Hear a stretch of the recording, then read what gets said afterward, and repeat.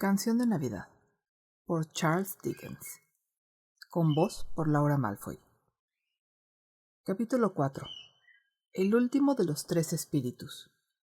El fantasma se aproximaba con un paso lento, grave y silencioso. Cuando llegó Scrooge, éste dobló la rodilla, pues el espíritu parecía esparcir a su alrededor en el aire que atravesaba tristeza y misterio.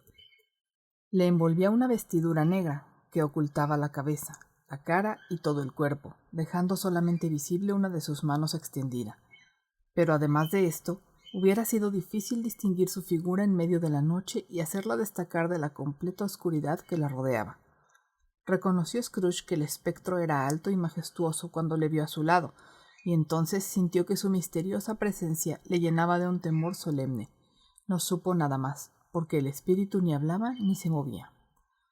«¿Estoy en presencia del espectro de la Navidad venidera?», dijo Scrooge. El espíritu no respondió, pero continuó con la mano extendida. «Vas a mostrarme las sombras de las cosas que no han sucedido, pero que sucederán con el tiempo venidero», continuó Scrooge. «¿No es así, espíritu?»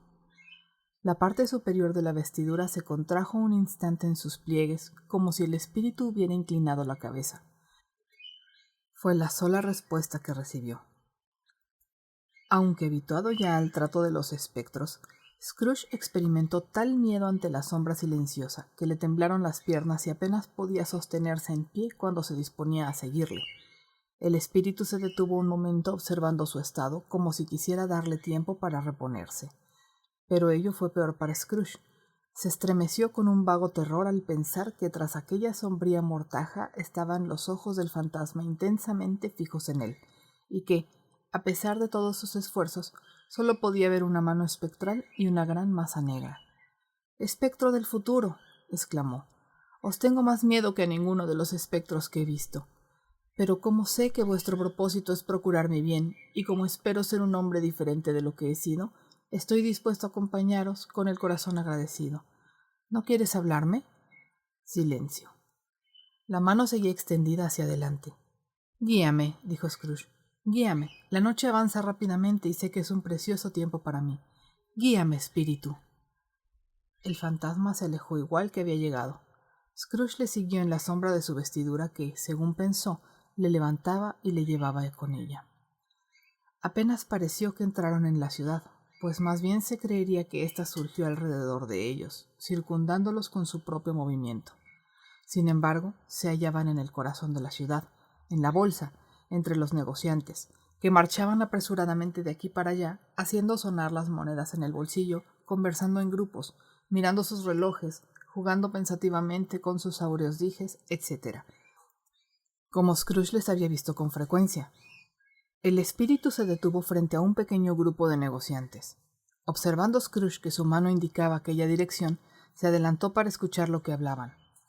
«No», decía un hombre grueso y alto, de barbilla monstruosa. «No sé más acerca de ello. Solo sé que ha muerto». «¿Cuándo ha muerto?», inquirió otro. «Creo que anoche». «¿Cómo?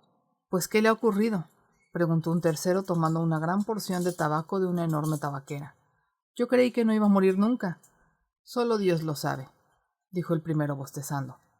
«¿Qué ha hecho de su dinero?», preguntó un caballero de faz rubicunda con una execrencia que le colgaba de la punta de la nariz y que ondulaba como las carúnculas de un pavo. «No lo he oído decir», dijo el hombre de la enorme barbilla bostezando de nuevo. «Quizás se lo haya dejado a su sociedad. A mí no me lo ha dejado, es todo lo que sé». Esta broma fue acogida con una carcajada general. «Es probable que sean modestísimas las exequias», dijo el mismo interlocutor, «pues, por mi vida, no conozco a nadie que asista a ellas. ¿Vamos a ir nosotros sin invitación?» «No tengo inconveniente si hay merienda», observó el caballero de la execrencia de la nariz. «Pero, si voy, tienen que darme de comer». Otra carcajada. «Bueno, después de todo, yo soy el más desinteresado de todos vosotros», dijo el que habló primeramente, «pues nunca gasto guantes negros ni meriendo, pero estoy dispuesto a ir si alguno viene conmigo. Cuando pienso en ello, no estoy completamente seguro de no haber sido su mejor amigo, pues acostumbrábamos detenernos a hablar siempre que nos encontrábamos. Adiós, señores». Los que hablaban y los que escuchaban se dispersaron, mezclándose con otros grupos. Scrooge los conocía y miró al espíritu en busca de una explicación. El fantasma se deslizó en una calle. Su dedo señalaba a dos individuos que se encontraron. Scrooge escuchó de nuevo, pensando que allí se hallaría la explicación. También a aquellos hombres los conocía perfectamente. Eran dos negociantes riquísimos y muy importantes. Siempre se había ufanado de ser muy estimado por ellos, desde el punto de vista de los negocios, se entiende, estrictamente desde el punto de vista de los negocios. «¿Cómo estás?», dijo uno. «¿Cómo estás?», replicó el otro. «Bien», dijo el primero. «Al fin el viejo tiene lo suyo, ¿eh?». «Eso he oído», contestó el otro. «Hace frío, ¿verdad?». «Lo propio de la época de Navidad. Supongo que no eres un patinador». No, tengo otra cosa en que pensar. Buenos días». Ni una palabra más. Tales fueron su encuentro, su conversación y su despedida. Al principio estuvo Scrooge a punto de sorprenderse de que el espíritu diese importancia a conversaciones tan triviales en apariencia, pero, íntimamente convencido de que debían tener un significado oculto, se puso a reflexionar cuál podría ser. Apenas se les podía suponer alguna relación con la muerte de Jacob, su viejo socio, pues ésta pertenecía al pasado y el punto de partida de este espectro era el porvenir. Ni podía pensar en otro inmediatamente relacionado con él a quien se le pudiera aplicar, pero como sin duda a quien quiera que se le aplicaren encerraban una lección secreta dirigida a su provecho, resolvió tener en cuenta cuidadosamente toda palabra que oyera y toda cosa que viese, y especialmente observar su propia imagen cuando apareciera, pues tenía la esperanza de que la conducta de su futuro ser le daría la clave que necesitaba para hacerle fácil la solución del enigma. Miró a todos lados en aquel lugar buscando su propia imagen, pero otro hombre ocupaba su rincón habitual, y aunque el reloj señalaba la hora en que él acostumbraba estar allí, no vio a nadie que se le pareciese entre la multitud que se oprimía bajo el porche. Eso le sorprendió poco, sin embargo, pues había resuelto cambiar de vida, y pensaba y esperaba que su ausencia era una prueba de que sus nacientes resoluciones empezaban a ponerse en práctica. Inmóvil, sombrío, el fantasma permanecía a su lado con la mano extendida. Cuando Scrooge salió de su ensimismamiento, se imaginó por el movimiento de la mano y su situación respecto a él, que los ojos invisibles estaban mirándole fijamente y le recorrió un escalofrío. Dejaron el teatro de los negocios y se dirigieron a una parte oscura de la ciudad, donde Scrooge no había entrado nunca, aunque conocía su situación y su mala fama. Los caminos eran sucios y estrechos, las tiendas y las casas miserables, los habitantes medio desnudos, borrachos, mal calzados, horrorosos, callejuelas y pasadizos sombríos, como otras tantas alcantarillas, vomitaban sus olores repugnantes, sus inmundicias y sus habitantes en aquel laberinto de calles, y toda aquella parte respiraba crimen, suciedad y miseria. En el fondo de aquella guarida infame había una tienda bajísima de techo, bajo el tejado de un sobradillo donde se compraban hierros, trapos viejos, botellas, huesos y restos de comidas. En el interior y sobre el suelo se amontonaban llaves enmohecidas, clavos, cadenas, goznes, limas, platillos de balanza, pesos y toda clase de hierros inútiles. Misterios que a pocas personas hubiera agradado investigar se ocultaban bajo aquellos montones de harapos repugnantes, aquella grasa corrompida y aquellos sepulcros de huesos. Sentado en medio de sus mercancías, junto a un brasero de ladrillos viejos, un bribón de cabellos blanqueados por sus 70 años, y defendido del viento exterior con una cortina fétida compuesta de pedazos de trapo de todos colores y clases colgados de un bramante, fumaba su pipa saboreando la voluptuosidad de su apacible retiro. Scrooge y el fantasma llegaron ante aquel hombre en el momento en que una mujer cargada con enorme envoltorio se deslizaba en la tienda. Apenas había entrado, cuando otra mujer, cargada de igual modo, entró a continuación, seguida de cerca por un hombre vestido de negro desvaído, cuya sorpresa no fue menor a la vista de las dos mujeres que la que ellas experimentaron al reconocerse una a otra. Después de un momento de muda estupefacción, de la que había participado el hombre de la pipa, soltaron los tres una carcajada. «¿Que la jornalera pase primeramente?», exclamó la que había entrado al principio. «La segunda será la planchadora y el tercero el hombre de la funeraria. Mirad, viejo Joe, qué casualidad. Cualquiera diría que nos habíamos citado los tres». «No podían haber elegido mejor sitio», dijo el viejo quitándose la pipa de la boca. «Entren a la sala. Hace mucho tiempo que tienen aquí la entrada libre y los otros dos tampoco son personas extrañas. Aguarden a que cierre la puerta de la tienda. ¡Ah, cómo cruje! No creo que haya aquí hierros más mohosos que sus goznes. Así como tampoco hay aquí, estoy seguro, huesos más viejos que los míos. Jaja. Todos nosotros estamos en armonía con nuestra profesión y de acuerdo. Entren a la sala, entren a la sala. La sala era el espacio separado de la tienda por la cortina de harapos. El viejo removió la lumbre con un pedazo de hierro procedente de una barandilla, y después de reavivar la humosa lámpara, pues era de noche, con el tubo de la pipa, se volvió a poner esta en la boca. Mientras lo hizo, la mujer que ya había hablado arrojó el envoltorio al suelo y se sentó en un taburete en actitud descarada, poniéndose los codos sobre las rodillas y lanzando a los otros dos una mirada de desafío. —¿Y bien? ¿Qué? —¿Qué hay, señora Dilber? —dijo la mujer. —Cada uno tiene derecho a pensar en sí mismo. Él siempre lo hizo así. —Es verdad, efectivamente —dijo la planchadora—. Más que él, nadie. —¿Por qué, pues, ponen esa cara? Como si tuvieras miedo, mujer. Supongo que los lobos no se muerden unos a otros. —Claro que no —dijeron a la vez la señora Dilber y el viejo. —Debemos esperar que sea así. —Entonces, muy bien —exclamó la mujer—. Eso basta. ¿A quién se perjudica con insignificancias como estas? No será el muerto, me figuro. —Claro que no —dijo la señora Dilber riendo—. Si necesitaba conservarlas después de morir el viejo avaro —continuó la mujer—, ¿por qué no ha hecho en vida lo que todo el mundo? No tenía más que haberse proporcionado quien le cuidara cuando la muerte se lo llevó, en vez de permanecer aislado de todos al exhalar el último suspiro. —Nunca se dijo mayor verdad —repuso la señora Dilber—.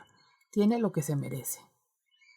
—Yo desearía que le ocurriera algo más —replicó la mujer—, y otra cosa habría sido, pueden creerme, si me hubiera sido posible poner las manos en la cosa de más valor.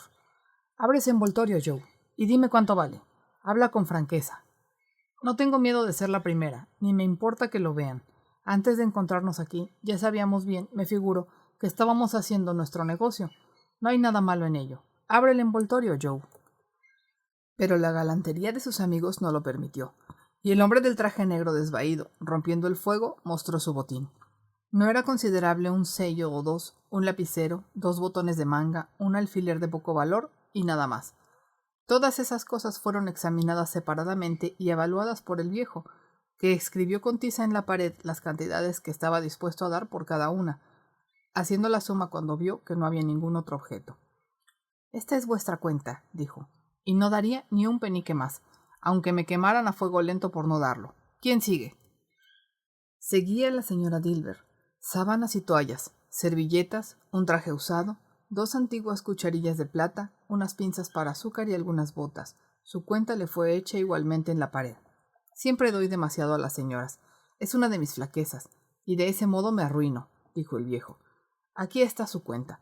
Si me pedís un penique más o me discuten la cantidad, puedo arrepentirme de mi esplendidez y rebajar media corona. Ahora deshaz mi envoltorio, Joe, dijo la primera mujer. Joe se puso de rodillas para abrirlo con más facilidad y después de deshacer un gran número de nudos, sacó una pesada pieza de tela oscura. —¿Cómo llaman a esto? —dijo. —Cortinas de alcoba. —Ah —respondió la mujer riendo e inclinándose sobre sus brazos cruzados—. —Cortinas de alcoba. No es posible que las hayas quitado, con anillas y todo, estando todavía sobre el lecho —dijo el viejo. —Pues sí —replicó la mujer—. ¿Por qué no? —Has nacido para hacer fortuna —dijo el viejo—, y seguramente la harás.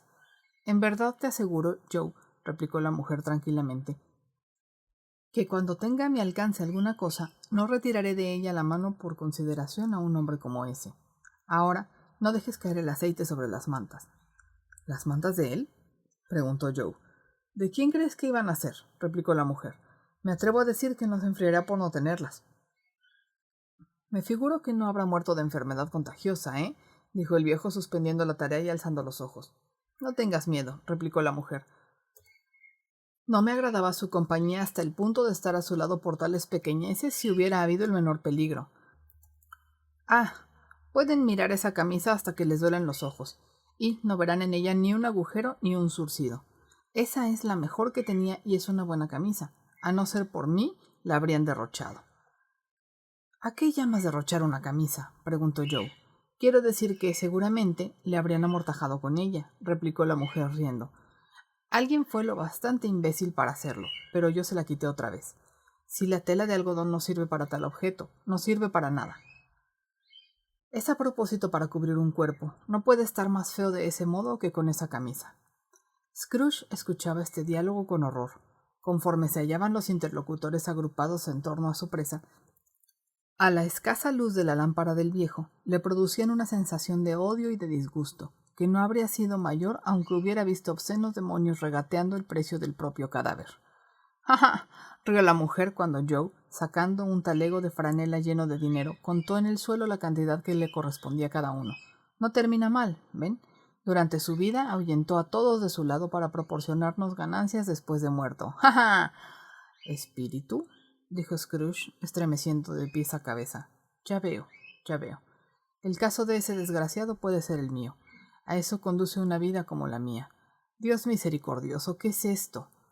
Retrocedió lleno de terror, pues la escena había cambiado, y Scrooge casi tocaba un lecho desnudo, sin cortinas, sobre el cual, cubierto por un trapo, yacía algo que, aunque mudo, se revelaba con terrible lenguaje. El cuarto estaba muy oscuro, demasiado oscuro para poder observarle con alguna exactitud, aunque Scrooge, obediente a un impulso secreto, miraba a todos lados, ansioso por saber qué clase de habitación era aquella. Una luz pálida, que llegaba del exterior, caía directamente sobre el lecho en el cual yacía el cuerpo de aquel hombre despojado, robado, abandonado por todo el mundo, sin que nadie le velara y sin que nadie llorara por él. Scrooge miró hacia el fantasma, cuya rígida mano indicaba la cabeza del muerto. El paño que la cubría hallábase puesto con tal descuido que el más ligero movimiento, el de un dedo, habría descubierto la cara. Pensó Scrooge en ello, veía cuán fácil era hacerlo y sentía el deseo de hacerlo, pero tan poco poder tenía para quitar aquel velo como para arrojar de su lado al espectro. ¡Oh, fría, fría, rígida, espantosa muerte! Levanta aquí tu altar y vístelo con todos los terrores de que dispones, pues estás en tu dominio. Pero cuando es una cabeza amada, respetada y honrada, no puedes hacer favorable a tus terribles designios un solo cabello, ni hacer odiosa una de sus facciones. No es que la mano pierda su pesantez y no caiga al abandonarla. No es que el corazón y el pulso dejen de estar inmóviles, pero la mano fue abierta, generosa y leal, el corazón bravo, ferviente y tierno, y el pulso de un hombre. Golpea, muerte, golpea, y mira las buenas acciones que brotan de la herida y caen en el mundo como simiente de una vida mortal. Ninguna voz pronunció tales palabras en los oídos de Scrooge, pero las oyó mirar el lecho y pensó, si este hombre pudiera revivir, ¿cuáles serían sus pensamientos primitivos? ¿La avaricia, la dureza de corazón, la preocupación del dinero? ¿Tales cosas le han conducido verdaderamente a buen fin?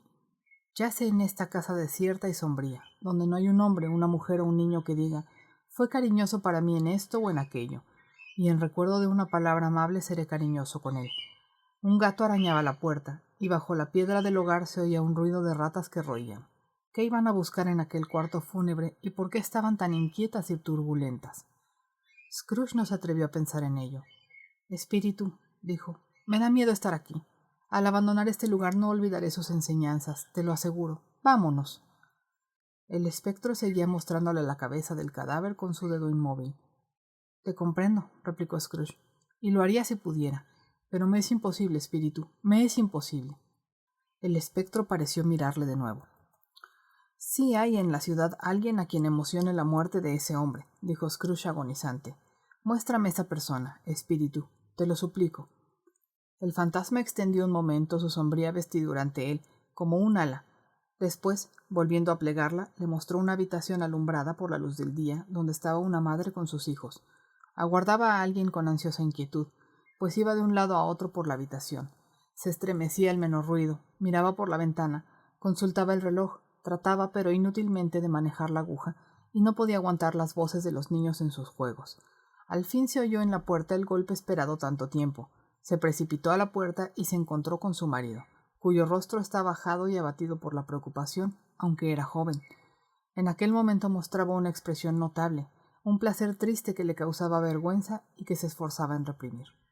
Se sentó para comer el almuerzo preparado para él junto al fuego, y cuando ella le preguntó débilmente qué noticias había, lo que no hizo sino después de un largo silencio, pareció cohibido de responder. ¿Son buenas o malas?, dijo para ayudarle. Malas, respondió. ¿Estamos completamente arruinados? No, aún hay esperanzas, Carolina. Si se conmueve, dijo ella asombrada, si tal milagro se realizara, no se habrían perdido las esperanzas. Ya no puede conmoverse, dijo el marido. ¿Por qué ha muerto? Era aquella mujer una dulce y paciente criatura, a juzgar por su rostro, pero su alma se llenó de gratitud al oír aquello y así lo expresó juntando las manos. Un momento después pedía perdón a Dios y se mostraba afligida, pero el primer movimiento salió del corazón. Lo que me dijo aquella mujer medio ebria, de quien te hablé anoche, cuando intenté verle para obtener un plazo de una semana y lo que creí un pretexto para no recibirme, es la pura verdad. No solo estaba muy enfermo, sino agonizando. ¿Y a quién se transmitirá nuestra deuda? No lo sé, pero antes de ese tiempo tendremos ya el dinero. Y aunque no lo tuviéramos, sería tener muy mala suerte encontrar en su sucesor un acreedor tan implacable como él. Esta noche podemos dormir tranquilos, Carolina. Sí, sus corazones se sentían aliviados de un gran peso. Las caras de los niños, agrupados a su alrededor para oír lo que tan mal comprendían, brillaban más. La muerte de aquel hombre llevaba un poco de dicha a aquel hogar. La única emoción que el espectro pudo mostrar a Scrooge con motivo de aquel suceso fue una emoción de placer. Espíritu, permíteme ver alguna ternura relacionada con la muerte, dijo Scrooge. Si no, la sombría habitación que abandonamos hace poco estará siempre en mi recuerdo. El fantasma le condujo a través de varias calles que le eran familiares. A medida que marchaban, Scrooge miraba a todas partes en busca de su propia imagen, pero en ningún lado conseguía verla. Entraron en casa del pobre Bob Cratchit, la habitación que habían visitado anteriormente, y hallaron a la madre y a los niños sentados alrededor de la lumbre, tranquilos, muy tranquilos. Los ruidosos Cratchit pequeños se hallaban en un rincón, quietos como estatuas, sentados con la mirada fija en Pedro, que tenía un libro abierto delante de él. La madre y sus hijas se ocupaban en coser. Toda la familia estaba muy tranquila, y tomó a un niño y lo puso en medio de ellos. ¿Dónde había oído Scrooge aquellas palabras? No las había soñado. El niño debía de haberlas leído en voz alta cuando él y el espíritu cruzaban el umbral. ¿Por qué no seguía la lectura? La madre dejó su labor sobre la mesa y se cubrió la cara con las manos. El color de esta tela me hace daño en los ojos, dijo. ¿El color? Ah, pobre Tiny Tim. Ahora están mejor, dijo la mujer de Cratchit. La luz artificial les perjudica y por nada del mundo quisiera que cuando venga vuestro padre vea que tengo los ojos malos. Ya no debe tardar a la hora que es. Ya ha pasado la hora, contestó Pedro cerrando el libro, pero creo que hace unas cuantas noches anda algo más despacio que de costumbre, madre. Volvieron a quedar en silencio. Al fin dijo la madre con voz firme y alegre, que una sola vez se debilitó. Yo le he visto un día andar deprisa, muy deprisa, con Tiny Tim sobre los hombros. Y yo también, gritó Pedro, muchas veces. Y yo también, exclamó otro, y luego todos. Pero Tiny Tim era muy ligero de llevar, continuó la madre, volviendo a su labor. Y su padre le quería tanto, que no le molestaba. No le molestaba. Pero ya oigo a vuestro padre en la entrada. Corrió a su encuentro y el pequeño Bob entró con su bufanda. Bien la necesitaba el pobre. Su té se hallaba preparado junto a la lumbre y todos se precipitaron a servírselo. Entonces los dos Cratchit pequeños saltaron sobre sus rodillas y cada uno de ellos puso su carita en una de las mejillas del padre, como diciendo: «No pienses en ello, padre, no te apenes». Bob se mostró muy alegre con ellos y tuvo para todos una palabra amable. Miró la labor que había sobre la mesa y elogió la destreza y habilidad de la señora Cratchit y las niñas. «Eso se terminará mucho antes del domingo», dijo. «¿Domingo? ¿Has ido hoy allá, Robert?», preguntó su mujer. «Sí, querida», respondió Bob. «Me hubiera gustado que hubieras podido venir. Les hubiera agradado ver qué verde está aquel sitio. Pero ya le verán a menudo. Le he prometido que iré a pasear allí un domingo». «Pequeñito nene mío», gritó Bob. «Pequeñito mío». Estalló de pronto. No pudo remediarlo. Para que pudiera remediarlo, habría sido preciso que no se sintiese tan cerca de su hijo. Dejó la habitación y subió a la del piso de arriba, profusamente iluminada y adornada como en Navidad. Había una silla colocada junto a la cama del niño y se veían indicios de que alguien la había ocupado recientemente. El pobre Bob se sentó en ella y cuando se repuso algo y se tranquilizó, besó aquella carita. Se sintió resignado por lo sucedido y bajó de nuevo completamente feliz. La familia rodeó la lumbre y empezó a charlar. Las muchachas y la madre siguieron su labor. Bob les contó la extraordinaria benevolencia del sobrino de Scrooge, a quien apenas había visto una vez, y que al encontrarle aquel día en la calle y viéndole un poco abatido, ¿sabéis?, dijo Bob, se enteró de lo que había sucedido para estar tan triste. En vista de lo cual, continuó Bob, ya que es el caballero más afable que se puede encontrar, se lo conté. Estoy sinceramente apenado por lo que me cuenta, señor Cratchit, dijo, por ti y por tu excelente mujer. Y a propósito, no sé cómo ha podido saber eso. ¿Saber qué? Que eras una excelente mujer, contestó Bob. Eso lo sabe todo el mundo, dijo Pedro. Muy bien dicho, hijo mío, exclamó Bob. Espero que todo el mundo lo sepa. Sinceramente apenado, dijo, por vuestra excelente mujer. Si puedo servirte en algo, continuó, dándome su tarjeta. Este es mi domicilio. Te ruego que vayas a verme. Bueno, pues me ha encantado, exclamó Bob, no por lo que está dispuesto a hacer en nuestro favor, sino por su benevolencia. Pareciera que en realidad había conocido a nuestro Tiny Tim y se lamentaba con nosotros. Estoy segura de que tiene buen corazón, dijo la señora Cratchit. Más segura estarás de ello, querida. Si le hubieras visto y le hubieras hablado. No me sorprendería nada. Fíjate en lo que digo, que proporcionase a Pedro un empleo mejor. Oye esto, Pedro, dijo la señora Cratchit. Y entonces, gritó una de las muchachas, Pedro buscará compañía y se establecerá por su cuenta. Vete a paseo, replicó Pedro haciendo una mueca. Eso puede ser y puede no ser, dijo Bob, aunque hay mucho tiempo por delante, hijo mío. Pero, de cualquier modo, y en cualquier época que nos separemos unos de otros, tengo la seguridad de que ninguno de nosotros olvidará al pobre Tiny Tim, ¿verdad? Ninguno olvidará esta primera separación. Nunca, gritaron todos. Y yo sé, dijo Bob, yo sé, hijos míos, que cuando recordemos cuán paciente y cuán dulce fue, aun siendo pequeño, pequeñito, no armaremos pendencias unos con otros, porque al hacerlo olvidaríamos al pobre Tiny Tim. No, padre, nunca, volvieron a gritar todos. Soy muy feliz, dijo el pequeño Bob, soy muy feliz. La señora Cratchit le besó, sus hijas le besaron, los dos Cratchit pequeños le besaron, y Pedro y él se dieron un apretón de manos. Espíritu de Tiny Tim, tu esencia infantil provenía de Dios. Espectro, dijo Scrooge, algo me dice que la hora de nuestra separación se acerca, lo sé, pero no sé cómo se verificará. Dime, ¿quién era aquel hombre que hemos visto yacer en su lecho de muerte? El espectro de la Navidad futura le transportó, como antes, aunque en una época diferente según pensó. Verdaderamente, sus últimas visiones aparecían embrolladas, excepto la seguridad de que pertenecían al porvenir, a los lugares en que se reunían los hombres de negocios, pero sin mostrarle su otro él. En verdad, el espíritu no se detuvo para nada, sino que siguió adelante como para alcanzar el objetivo deseado, hasta que Scrooge le suplicó que se detuviera un momento. Esta callejuela que atravesamos ahora, dijo Scrooge, es el lugar donde desde hace mucho tiempo yo establecí el centro de mis ocupaciones. Veo la casa. Permitidme contemplar lo que será en los días venideros. El espíritu se detuvo. Su mano señalaba otro sitio. La casa está allá abajo, exclamó Scrooge. ¿Por qué me señalas hacia otra parte?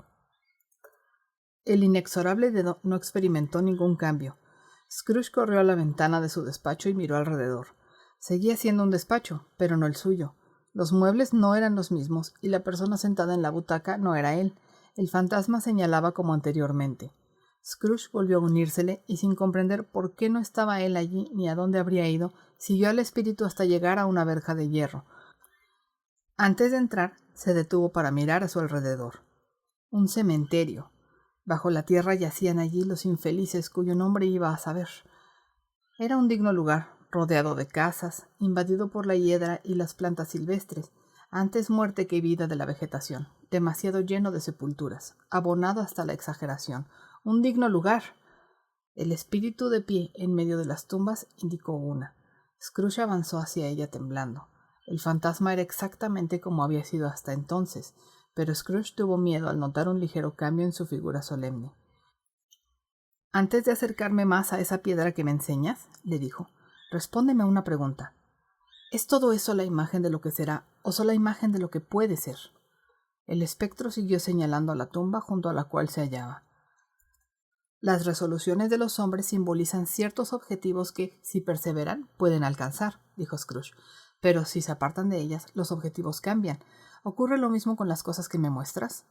El espíritu continuó inmóvil como siempre. Scrooge se arrastró hacia él, temblando al acercarse, y siguiendo la dirección del dedo, leyó sobre la piedra de la abandonada sepultura su propio nombre. Ebenezer Scrooge. ¿Soy yo el hombre que yacía sobre el lecho? Exclamó cayendo de rodillas. El dedo se dirigió de la tumba a él y de él a la tumba. «¡Oh, espíritu! ¡Oh, no, no!». El dedo seguía allí. «Espíritu», gritó, agarrándose a su vestidura. «Escúchame. Yo no soy ya el hombre que era. No seré ya el hombre que habría sido a no ser por vuestra intervención. ¿Por qué me muestras todo eso si he perdido toda esperanza?» Por primera vez la mano pareció moverse. «Buen espíritu», continuó prosternado ante él, con la frente en la tierra. «Vos intercederéis por mí y me compadeceréis. Asegúrame que puedo cambiar esas imágenes que me has mostrado cambiando de vida». La benévola mano tembló. «Honraré la Navidad en mi corazón y procuraré guardarla todo el año. Viviré en el pasado, en el presente y en el porvenir. Los espíritus de los tres no se apartarán de mí. No olvidaré sus lecciones. Oh, dime que puedo borrar lo escrito en esa piedra». En su angustia asió la mano espectral, que intentó desasirse, pero su petición le daba fuerza y la retuvo. El espíritu, más fuerte aún, la rechazó, juntando las manos en la última súplica a fin de que pudiera cambiar su destino. Scrooge advirtió una alteración en la túnica con capucha del fantasma, que se contrajo, se derrumbó y quedó convertido en una columna de cama.